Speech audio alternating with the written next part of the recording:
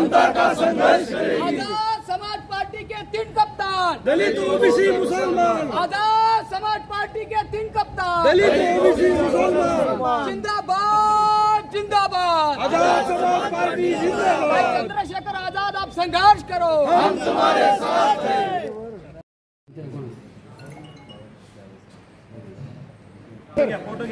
ऐसा नहीं, बीड़ जिलाओ, बीड़ जिलाओ, बोलो हम आपके साथ हैं। चलो बीड़ जिलाओ।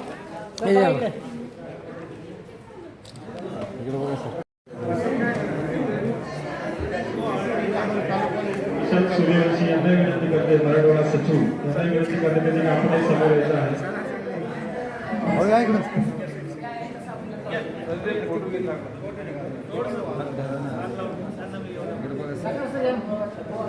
आपण सर्वांना विनंती करतो की समोर यायचं आहे, त्यांना बीड जिल्हा प्रभारी भाई चंद्रशेखर, आप संघर्ष करो, हम तुम्हारे साथ हैं। भाई चंद्रशेखर, आप संघर्ष करो, हम तुम्हारे साथ हैं।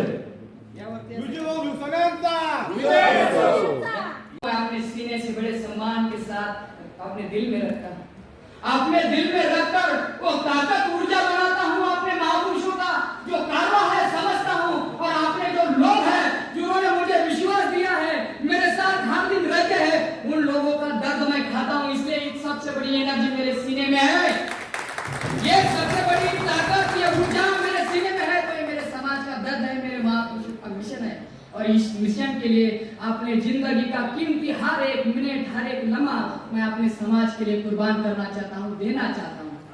काश कोई बंदूक की गोली चल जाए, कोई चंद्रशेखर आजाद पर हमला हो जाए, पता नहीं चंद्रशेखर आजाद इस दुनिया से कभी उड़ जाए, कौन सी गोली आ जाए, लग जाए। इसलिए चंद्रशेखर आजाद चाहता है कि मेरे जिंदगी का हर एक लम्हा, हर एक मिनट मेरे समाज के उन्नति के लिए, उनको आजादी दिलाने के लिए, उनको राजा बनाने के लिए खर्च करना चाहता हूँ। ये मेरे जीवन का सबसे बड़ा लक्ष्य है, ये मेरा कारवा।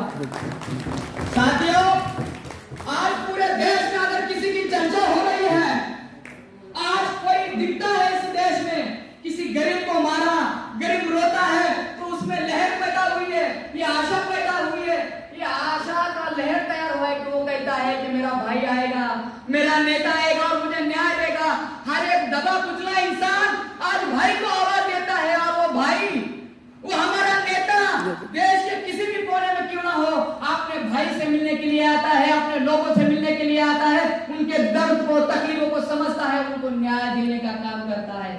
मैं आप लोगों को पूछता हूं मेरे साथियों, इस देश में बताओ ऐसा कोई नेता है जो आपको रास्ते पर नजर आता है, झुग्गी झोपड़ियों में नजर आता है? किसी हमारे मुस्लिम भाई के अगर मस्जिद पर किसी ने बुलडोजर चलाया हो, उनके घरों को तहस-नहस किया है, तो वहां पर चंद्रशेखर आजाद भाई दिखता है। हर झोपड़ी में चंद्र भाई नजर आता है, हर महलों में चंद्रशेखर आजाद नजर आता है। इस मंच से सभी कार्यकर्ताओं को, पदाधिकारियों को संबोधित करेंगे आदरणीय उपासक साहब।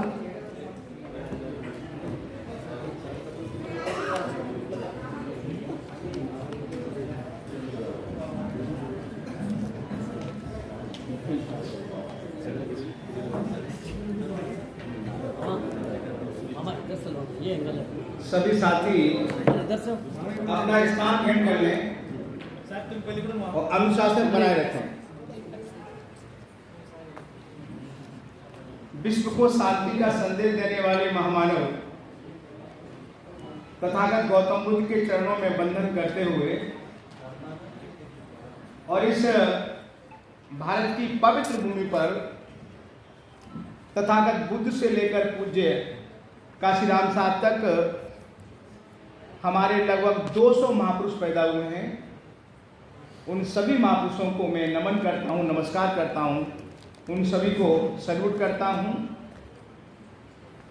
आज इस माठावाड़ा जोन की समीक्षा बैठक में उपस्थित मेरे साथ चलकर आए हमारे प्रदेश के सम्मानित प्रभारी रूपेश भीमराव बागेश्वर साहब, हमारे प्रदेश के बहुत ही मेहनती, बुद्धिजीवी हमारे उपाध्यक्ष सत्यजीत सालवे जी, हमारे प्रदेश के बहुत ही जुझारू नेता, वरिष्ठ नेता, प्रदेश के प्रवक्ता माननीय प्रभाकर फतेह जी, हमारे दिनकर खराज साहब प्रदेश महासचिव, और उनको अभी आप बड़े जोर से आप नारे से वो अपना संबोधन कर रहे थे। बहुत ही क्रांतिकारी हमारे युवा साथी लंबे समय से मूवमेंट से जुड़े हैं, डॉक्टर सिद्धार्थ जी जो हमारे स्टेट के सेक्रेटरी हैं, साथ साथ हमारे श्री किशोर मस्के साहब स्टेट के जनरल सेक्रेटरी,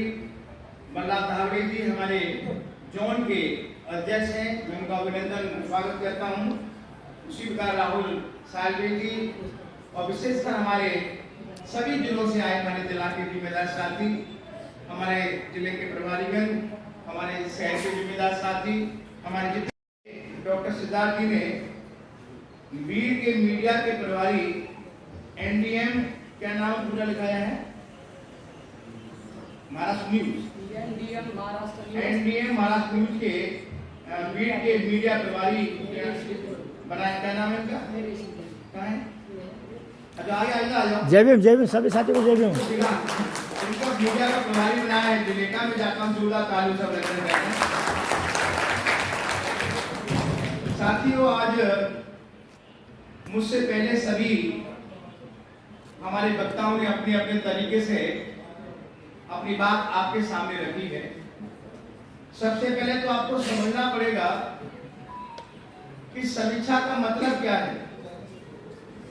ये एक समीक्षा बैठक है और समीक्षा बैठक प्रत्येक माह हम लोग करते हैं, और समीक्षा का मतलब ये है कि हमने पिछले माह हमारे पदाधिकारियों को, साथियों को जो जिम्मेदारी दिया है, उन्होंने एक माह में कितना काम किया है, वो सारी रिपोर्ट हमारे जिम्मेदार साथी यहाँ पर रखने का काम करते हैं। इसलिए ये समीक्षा बैठक है। और मैं उन तमाम साथियों को बधाई देना चाहता हूं जिन्होंने आज आर्य समाज पार्टी के राष्ट्रीय अध्यक्ष माननीय चंद्रशेखर आजाद जी के हाथों को मजबूत करने के लिए आपने आर्य समाज पार्टी का दामन थामा है। मैं सभी का अभिनंदन और सभी का स्वागत करता हूं और बड़ी खुशी हो रही है मुझे कहते हुए, अभी हमारे एक नगर सेवक भी अभी हमारे बीच में आए थे, उन्होंने भी आर्य समाज पार्टी के साथ शामिल में जब खड़े हो जाए वो मैं कहा जोरदार उनका तालियों से अभिनंदन करें। महाराष्ट्र के जिस जिले में मुझे जाने का मौका मिल रहा है, तो आपको जानकर बड़ा खुशी होगी, आपको अच्छा लगेगा कि आजाद समाज पार्टी में तमाम पार्टी के लोग, दूसरे पार्टी के लोग निरंतर शामिल हो रहे हैं। न केवल बौद्ध समाज के लोग, अभी मैं नागपुर में था तो नागपुर में हजारों की तादाद में हमारे जो मुस्लिम समाज के भाई हैं, उन्होंने आर्य समाज पार्टी के दामन थामा। में चाहता हूं उनका भी आप तालियों का अभिनंदन करें। एक बहुत बड़ा कुछ जो उन्होंने किया था। अभी नागपुर के साथियों ने, अभी आपने देखा होगा कि कारगिल दिवस था 26 तारीख को, उन्होंने बड़े धूमधाम से साथियों का, और सभी जितने भी साथी यहाँ पे सभी का अभिनंदन, क्योंकि बहुत कीमती समय आपका था, उस कीमती समय से कुछ समय निकाल कर आप लोग आए। लेकिन मैं समझता हूँ कुछ साथी अभी नए हैं, इनको आजाद समाज पार्टी की विचारधारा पता नहीं है, तो मैं आजाद समाज पार्टी की विचारधारा बताते हुए अपनी बात को मैं आगे बढ़ाना चाहता हूँ। साथियों, आजाद समाज पार्टी का पूरा नाम है आजाद समाज पार्टी काशीराम। अब इसको पूरा एक्सप्लेन करेंगे तो आजाद का मतलब भाई चंद्रशेखर आजाद नहीं है। आजाद का मतलब है लगभग देश को आजाद हुए 74-75 साल हो गए, लेकिन आज भी बुजुर्ग समाज के लोग आजाद नहीं है। अभी आपने देखा होगा, यदि आप मूछें रख लें तो आपकी पिटाई होती है, अच्छे कपड़े पहनते तो आपकी पिटाई होती है, अगर कार में चलते बढ़िया में तो आपकी पिटाई होती है। तो इसलिए आप लोग आजाद नहीं है। इसलिए आजाद करने के लिए भाई चंद्रशेखर आजाद जी ने आजाद समाज पार्टी का गठन किया है। अब मैं निवेदन करना चाहता हूं आपसे, आप कहेंगे भी काशीराम का क्या मतलब है? आजाद समाज पार्टी तक तो ठीक था। ये बात इसलिए कर रहा हूं, जब आप फील्ड में जाएंगे तो लोग आपसे प्रश्न करेंगे, आपसे पूछेंगे, तो आज आप लोग ये समझ के जाइए कि आखिर काशीराम लगाने के पीछे कारण क्या है। बहुत से लोगों ने, मैंने नहीं, बहुत सारे साथियों ने काशीराम साहब को बड़े नजदीक से देखा है। मैंने भी बड़े नजदीक से देखा है, काशीराम साहब के कैडर को लेने का काम किया है। और काशीराम साहब एक ऐसी महान शख्सियत थी जिन्होंने बहुजन समाज को आगे बढ़ाने के लिए, उनको राजा बनाने के लिए बीज बोने का काम किया, उसको खाद पानी देने का काम किया, एक बड़ा पेड़ बना और पेड़ के साथ फल आए। उत्तर प्रदेश की जमीन पर 4 बार सरकार बनी कि नहीं बनी। ये पूछे काशीराम साहब का कमाल था। हमें उत्तर प्रदेश के साथ साथ मैं महाराष्ट्र के लोगों का कंपैरिजन करना चाहता हूं, तुलना करना चाहता हूं, और तुलना करना भी बहुत आवश्यक है। मैं क्या तुलना करना चाहता हूं, महाराष्ट्र के जितने भी लोग हैं वो सामाजिक रूप से बहुत जागरूक है, इसमें कोई दो राय नहीं। धर्म को भी अच्छे तरह मानते हैं, ये भी कोई दो राय नहीं है। थोड़ी बहुत आर्थिक स्थिति भी आपकी मजबूत है, वो भी अच्छी बात है, लेकिन पॉलिटिकल आधार पर, राजनीतिक आधार पर आप लोग शून्य हैं। उत्तर प्रदेश से मैं कंपेयर कर रहा हूं, आपको कुछ शून्य कर रहा हूं। मैं क्यों बता रहा हूं कि उत्तर प्रदेश के लोग आज भी, मैं विशेषकर दलित समाज के एरिया की बात कर रहा हूं, दलित समाज में कोई व्यक्ति, दलित समाज का व्यक्ति अपने घर पर गलती से भी आरएसएस और बीजेपी का झंडा लगाता है तो समाज के सारे लोग, दलित समाज के लोग, ओबीसी समाज के लोग उसके घर पे जाते हैं और उससे कहते हैं देखो भाई आपने आरएसएस का झंडा लगाया है, कोई बात नहीं, ये आपका अपना घर है, कोई भी झंडा लगाओ, लेकिन हम आपका बहिष्कार करते हैं। आपके घर में शादी होगी, विवाह होगा, पार्टी होगा, बर्थडे पार्टी होगी, हम आपके आएंगे नहीं और आपको हमारे आने की जरूरत नहीं है, क्योंकि आपने झंडा हमारे दुश्मन का लगाया है।